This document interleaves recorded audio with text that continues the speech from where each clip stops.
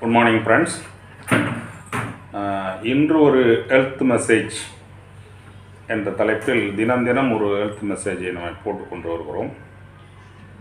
அந்த ஆஸ்பெக்டில் இன்றைக்கு கேன்சரை பற்றி சில விஷயங்கள் சொல்லலாம் என்று இருக்கின்றேன். கேன்சர் எப்படி மனுஷனை பாதிக்குது அப்படின்னா, any artificial color material stored in the body feature development as a cancer. Artificial color na enna, natural color na enna? Natural color na பச்சை மிளகா, காஞ்ச மிளகா, அதில் வரக்கூடிய பச்சை, சிகப்பு, ஃப்ரூட்ஸுங்க, அதில் வரக்கூடிய கலருங்க, இதெல்லாம் நேச்சுரல் கலர்ஸ். ஆர்டிஃபிஷியல் கலர்னா என்ன? ஆர்டிஃபிஷியல் கலர் முழுக்க எங்கே நிற்கிதுன்னா, இந்த ஜங்க் ஃபுட்டு, ஃபாஸ்ட்டு ஃபுட்டு அதில் நிற்கிது. அதில் அந்த அஜினோமோட்டோன்னு ஒரு பொருளை சுவைக்காக சேர்க்குறாங்க. அது ஒரு பெரிய தாக்கத்தை உண்டு பண்ணுது. பெரிய தாக்கம்னா என்ன? Development cancer. அதான் any artificial body stored in the body it developed future as a cancer. In ஃபியூச்சரில் கொரோனா போன்ற ஒரு த்ரெட்டனிங் டிசீஸ் இருந்தாலும் வருகாலங்களில் டெத்து எப்படி இருக்குன்னா கேன்சரில் தான் இருக்கணும் ஒரு ரிசர்ச் பண்ணி சொல்கிறாங்க. அப்போ இந்த கேன்சர் எங்கெல்லாம் ஈஸியாக நம்ம உடம்புல பாதிக்குது, மேலுக்கு எப்படி பாதிக்குது, ஃபீமேலுக்கு எப்படி பாதிக்குது என்பதை பார்க்குறோம். அதே மாதிரி கேன்சர் அடுத்தது ரிஸ்க் ஃபேக்டரில் HIV வந்துடுது. அக்வயர்ட் இம்யூனோ டிஃபிஷியன்சின்றாங்க. அதாவது இந்த டிசீஸ்லாம் ஒன்றுக்கு ஒன்று ஒரு இன்டர் ரிலேஷன் உள்ளதாகவே தான் இருக்குது. அதாவது இப்போது female leading site for female cancers எந்தெந்த பகுதியில் பெண்களுக்கு இந்த கேன்சர் வருது. ஃபஸ்ட்டு சர்விக்ஸ் 21.1% சர்விக்ஸ்னால் என்ன? கருப்பை கேன்சர் இது முக்கியமான பங்கு வகிக்குது ஹியூமன் சர்வைவலில். ரெண்டாவது பிரஸ்ட் கேன்சரும் ஒரு மேஜர் ப்ராப்ளம் தான். அது சீக்கிரம் பொம்பளை பிள்ளைங்க அந்த காலத்தில் வச்சுருந்த விதிமுறைகள், சட்டத்திட்டங்கள், நடைமுறைகள் எவ்ரிதிங் ஈஸியாக ஒரு ஒரு ஒரு ரிலையபிள் அண்டு ஒரு ஃபேவரபிள் ஆஃப் ஹியூமன் பீயிங் தான். அப்போ அப்படியே பிஃபோர் மேரேஜ் ப்ராப்பர்ட்டி அப்படின்னு கல்யாணம் பண்ணி வச்சாங்க. அது ரொம்ப நாளாக அது அந்த விஷயத்தில் ஒன்று இருக்குது. அது யூஸ் பண்ணலைன்னா அது கேன்சராக மாறுதுன்ற. பிரஸ்ட் கேன்சர் 20.1 தான். சர்வீஸ் கேன்சரும் 21.1%, பிரஸ்ட் கேன்சர் 20.1, கிட்டத்தட்ட 42% இதிலே போச்சு. அப்போ ரிமைனிங் இருக்கிற 38% தான் அடுத்தது ஈசோபோக்கஸ்னால் அந்த உணவு குழாய்.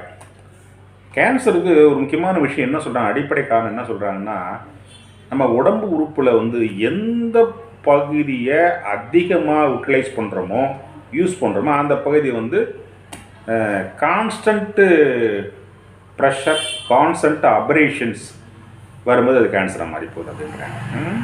அது 7.7%, ஓரல் 6.7%, ஓவரி 4.7%, ஸ்டமக் 3.7. அதாவது ஆப்டிமம் ஃபுட்டு ஒரு 75% தான் சாப்பிட்ணும், 25% தண்ணி குடிக்கணும்.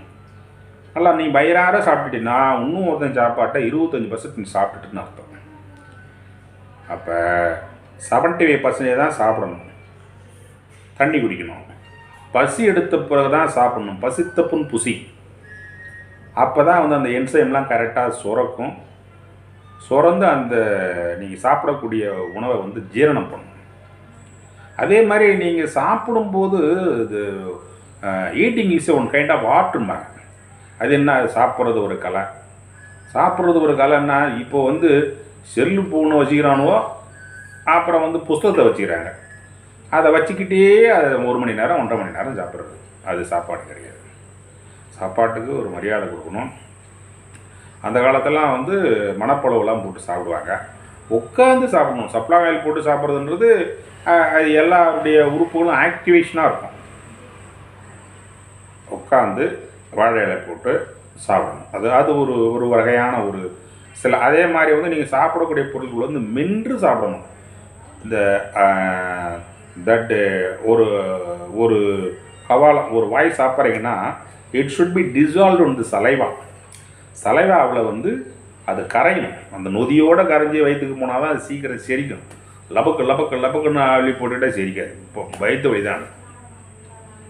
ஸ்டமக்கில் இருக்கக்கூடிய கேன்சர் வந்து 3.7%, லிம்போமா 3.1, லீக்கோமியா 2.9, ரெக்டம் 2.5, தைராய்டு 2.4. இதெல்லாம் வந்து ஃபீமேலுக்கு ஏற்படக்கூடிய முக்கியமான பகுதியில் ஏற்படக்கூடிய கேன்சர்கள். இதை ப்ரிவென்ட் பண்ணாமலாம் ஒன்றும் கிடையாது. யோகா, ஃபுட்டினுடைய நடைமுறை, அதாவது கஞ்சி குடித்தா கூட வீட்டிலேருந்து காய்ச்சி கஞ்சி குடிச்சிங்கன்னா அவங்களுக்கு ஒரு பிரச்சனையும் இல்லை. ஃபாஸ்ட் ஃபுட்டு, நூடுல்ஸு, அது இது. இப்போது ஈவினிங் மார்க்கெட்லாம் வந்து சைனாவெலாம் நாம் எங்கள் கோயிலுக்கு இதெல்லாம் போகும்போது அந்த பொரி இதெல்லாம் வச்சு விற்கிறாங்க இல்லையா, அதை சாப்பிட்ற மாதிரி சைனாவில் என்ன பண்ணுவாங்கலாம், அந்த வரிசலாக இந்த ஸ்ட்ரீட் வெண்டார்ஸ் உங்களுக்கு தெரியும், இந்த வேர்க்கடலை அதெல்லாம் கொள்முதல் பண்ணும்போது மடித்து வச்சுக்கிட்டு ஒரு படி இவ்வளவு, ஒரு இது இவ்வளோன்னு சொல்லியிருப்பாங்க. அந்த மாதிரி எதை விற்கிறானுவா, கரப்பாம்பூச்சி, தேள், பூரம் இதெல்லாம் நல்லா பொன்மேனியாக வறுத்து மூட்டை கட்டி வச்சுன்னு ஒரு ஸ்நாக்ஸில் வந்து அப்போ பொடி கடியெல்லாம் போட்டு கட் பண்ணி கொடுக்குறாங்க. அது எப்படி தான் தெரியுது, என்ன ஆகுதுன்றது தெரியல. சரி, அந்த விஷயம் அப்புறம் போட்டேன். லீடிங் சைட் ஃபார் மேல். ஆண்களுக்கு கேன்சர் எப்படி வருது, எங்கே அதிகமாக வருது? ஈசோபோகஸ் தான் மெயினாக சொல்கிறாங்க. 9.8 அந்த உணவு குழாய். அது இந்த frequent drinkers it will be aberration of the ஈசோபோகஸ்னுடைய இந்த எபித்திலியம் இதெல்லாம் அரிச்சிருக்குது. அதை தொடர்ந்து வரும்போது கேன்சர் வாய்ப்பு இருக்குது. ஸ்டமக்கு எதனாலும் சாப்பிட்டு இருக்குது. Stomach is not N dustbin, எல்லாத்தையும் போட்டு வைக்கிறது வேலை. உடம்புக்கு தேவையான உணவு வகைகள், உடம்புக்கு தேவையான மைக்ரோ நியூட்ரண்ட், மேக்ரோ நியூட்ரண்ட்டு இதுதான் நம்ம வந்து சாப்பிடணும். நம்ம சவுத் இண்டியன் வந்து மேக்ஸிமம் வந்து ரைஸ் ஈட்டிங் கண்ட்ரிஸ். நம்ம ஆந்திரா, கர்நாடகா, கேரளா, தமிழ்நாடு இதெல்லாம் வந்து ரைஸ் ஈட்டிங் கண்ட்ரிஸ். நம்ம இதை அதிகமாக ரைஸ் யூஸ் பண்ண போகும்போது நான் முதல்ல சொல்லியிருப்பேன், அன்ஸ்பண்ட் கேலரிஸ் கன்வெர்டட் அஸ் எ ஃபேட்டுன்னு. அந்த கேலரிஸை நம்ம 2500 கேலரியை நம்ம யூஸ் பண்ணுறதில்ல. அக்குமேஷன் ஆக பாடி வந்து ஒபிசிட்டி டெவலப்மெண்ட் ஆகுது. முதல்ல ஒபிசிட்டி கிடையாது, ஒரு 45-50 வயசுக்கு மேலே இருக்கிறவங்களுக்கு வந்து ஒபிசிட்டி வரும். இன்றைக்கி ஒபிசிட்டி ஒரு மேஜர் ஸ்கூல் பையன் 10-15 வயசு பையனுக்கு 100 கிலோ இருக்கிறான்.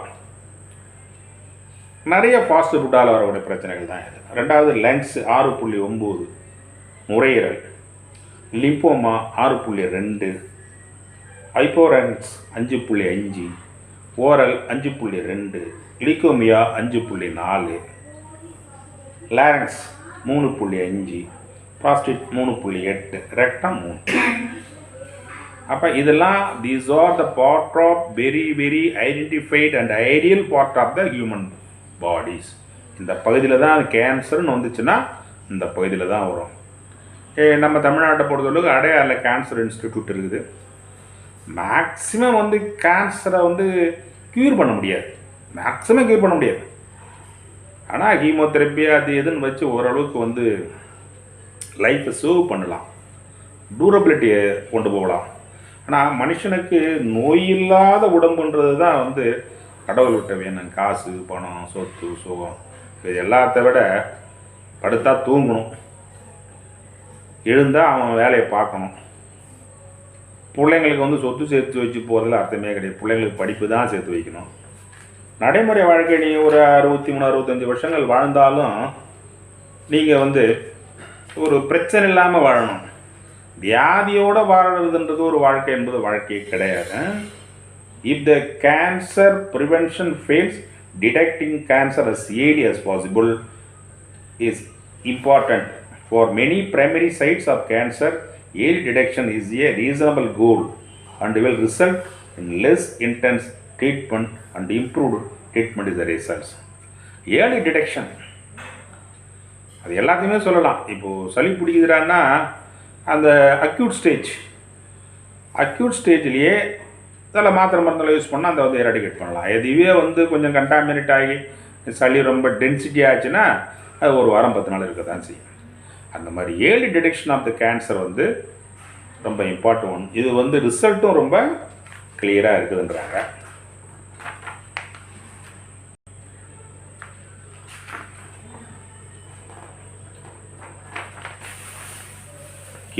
The first decision regarding treatment is whether the cancer can be cured or whether palliation is the only practical goal. The potential for cure is increased if the cancer is localized sufficiently so that surgery or irradiation elimination cures all possible. Some cancer can, when the disease is widespread, surgery, radiotherapy, chemotherapy or combination of these two treatment may be used for both palliation and cure. Radiotherapy chemotherapy தான் ரொம்ப முக்கியமான விஷயம். அதில் அந்த செல்லையே வந்து தீச்சு அழிச்சிருது, radiation. அதே மாதிரி ஹீமோதெரப்பியும் அப்படி தான், அந்த வகையில் தான் கொண்டு போகுது. அப்போ இந்த cancer, cervical cancer control strategies இந்த டெவலப்பிங் கண்ட்ரீஸ், நிறைய சர்விக்கல் கேன்சர் தான் வந்து லேடிஸுக்கு ரொம்ப அதிகமாக இருக்குது. அதை ட்ரீட்மெண்ட் பண்ணுறதுக்கு நிறைய வழிவகைகள்லாம் சொல்கிறாங்க.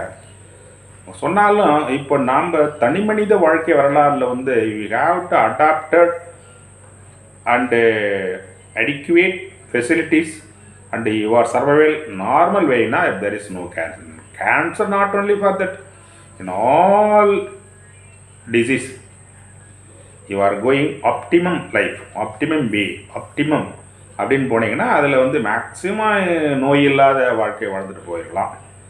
இது வந்து இப்போதைக்கு வாய்ப்பு இல்லாமல் தான் இருக்குது. அதை கூடுமான வரையில் வருங்காலங்களில் வந்து இப்போ அதுதான் இப்போது எய்ட்ஸு, டியூபர்குலோசிஸு, கேன்சரு, டிபி இதெல்லாம் போயிட்டு இப்போ என்ன ஆகிடுச்சு, இப்போ கொரோனா வந்து நின்று போச்சு. கொரோனா வரும்போது இதுதான் இப்போ நம்முடைய இந்தியன் ஸ்டைலில் என்னென்னா, இப்போ ஒரு விஷயம் நடக்கும்போது அந்த ஒரு விஷயம் நடக்கும்போது அது மேலே கான்சன்ட்ரேஷன், அது போயிட்டு வேறு விஷயம் வந்து அதை மறந்துடுறது, அந்த விஷயத்த மறந்துடுறது. அப்படி தான் நம்முடைய இந்தியன் லைஃப் ஸ்டைல். இப்போ கொரோனா வந்ததுனால இப்போ இது எல்லாமே மறந்தாச்சு. இது எல்லா ப்ரோக்ராமத்துக்கும் கவர்மெண்டில் நேஷ்னல் ப்ரோக்ராம் இருக்குது. எல்லா ஐயா national programme for control of blindness ரேஷியோலாம் இப்போ ரொம்ப கம்மியாக போயிடுச்சு. 0% 1000க்கு 14 பேர் குருடாக இருந்தாங்க. இப்போ 0வை நெருங்கிடுச்சு. யாருமே இல்லை, குருடின்றது யாருமே இல்லைன்னு தான் இருக்குது இன்றைக்கி. அதேமாதிரி TB control programme, AIDS control programme, malaria control programme, filaria control programme, அது மாதிரி இந்த பிரைமரி ஹெல்த் சென்டர் ஹாஸ்பிட்டல் லெவலில் வந்து they are utilising and launched government of India lot of health programmes. அந்தந்த ப்ரோக்ராம்ஸுக்கும் சில ஸ்பெசிஃபிகேஷன்ஸு, அதில் ஸ்டாப்ஸுங்க இதெல்லாம் போட்டு அவங்க பக்காவாக பண்ணுறாங்க. இங்கே இருக்கக்கூடிய லேக்னஸ் என்னென்னா, any government project, any government medicine it come to our doorstep, அங்கே வீட்டு வாசலில் போய் நிற்கும்போது it should be an invalid. அதை வந்து குறைச்சி மதிப்பிடுறது. ஒரு ப்ரைவேட் டாக்டர்கிட்ட போய் காலையில் ஒரு டோக்கனு கட்டி அது சாயந்தரம் ஒன்று உட்காந்துருந்து 500 ரூபா ஃபீஸை கொடுத்து அவர் எழுதிக்கூடிய அவர் ஒன்றும் எழுத மாட்டார், பேராசிட்டமால் தான் எழுதி கொடுப்பார். அந்த மாத்திரை அதை விட பல மடங்கு உள்ள மருந்து மாத்திரை நம்ம கொடுக்குறோம். ஆனால் அவங்க இருந்து அந்த பெயின், மனசு உடம்பு பெயின், ரிஸ்க் இதெல்லாம் கொடுத்து அது வேல்யூபிளாக நினைக்கிறாங்க. கவர்மெண்டில் வந்து 4th ஜெனரேஷன் செப்பாடாக்சன், செபிசிம் அந்த மாத்திரை கொடுத்தா கூட it does not realise that values, அந்த மென்டல், அந்த பிஹேவியர், அந்த attitudes, it should be a change. ஆனால் இந்த ஒரு பேராசிட்டமில் போய் நீங்கள் ஃபாரினில் வாங்கினீங்கன்னா அது ஊர்பட்ட காசாக இருக்கும். எல்லா மெடிசனும் கவர்மெண்டில் நீங்கள் வந்து ஃப்ரீயாக தான் கொடுக்கணும். அதே இந்த செவ்வாய்க்கிழமை வெள்ளிக்கிழமை பார்த்தீங்கன்னா டயபெட்டிக்கு, ப்ளட் ப்ரெஷருக்கு எடை போட்டு கொடுக்குறோம். அதாவது ஒரு வாரத்துக்கு 2 நாள் 3 நாள் கொடுத்தோம், ஒரு வாரத்துக்கு கொடுத்தோம், 5 நாள் கொடுத்தோம். இப்போ சமாளிக்க முடியலன்றது ஒரு மாதத்தில் கொடுக்குறோம். கிட்டத்தட்ட ஒரு 500 கிராம் மாத்திரை வாங்கி போகுது ஒரு ஆள் சாப்பிடுது. அது சாப்பிட்றதுனால தான் அந்த சர்வைவல் கிடைக்குது.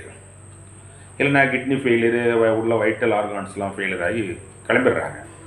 இது ஆல்சோ கவர்மெண்ட் லான்ச்சிங் ஃப்ரீ. ஒரு பேபி மாத்திரை விலையில் பேக்கெட் வாங்கி பாருங்கள், ஒரு விலை அதிகமாக இருக்கும்.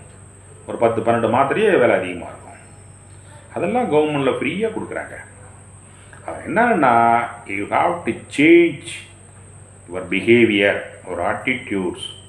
அதுலேயும் வரவங்க வந்து ஹாஸ்பிட்டலில் சண்டை போடுவான், இது என்ன ஆச்சு, நீங்கள் என்ன ஆச்சுன்னா அவங்க இந்த வேலைக்கு படிக்கிறாங்க, அந்த வேலைக்கு வராங்க. அதனால் இவங்க போய் ஒன்றும் இல்லாத அதை கேள்வி கேட்டு வந்தோம். அதனால் இங்கே சேஞ்ச் பண்ணி இவங்க லைஃப் ஸ்டைலையும் நடைமுறை வாழ்க்கையும் மாற்றினீங்கன்னா கேன்சர் இல்லாத பெருவாழ்வை வாழ முடியும். இந்த அளவோடு அந்த வீடியோவை முடித்துக்கொள்கிறோம். நன்றி, வணக்கம்.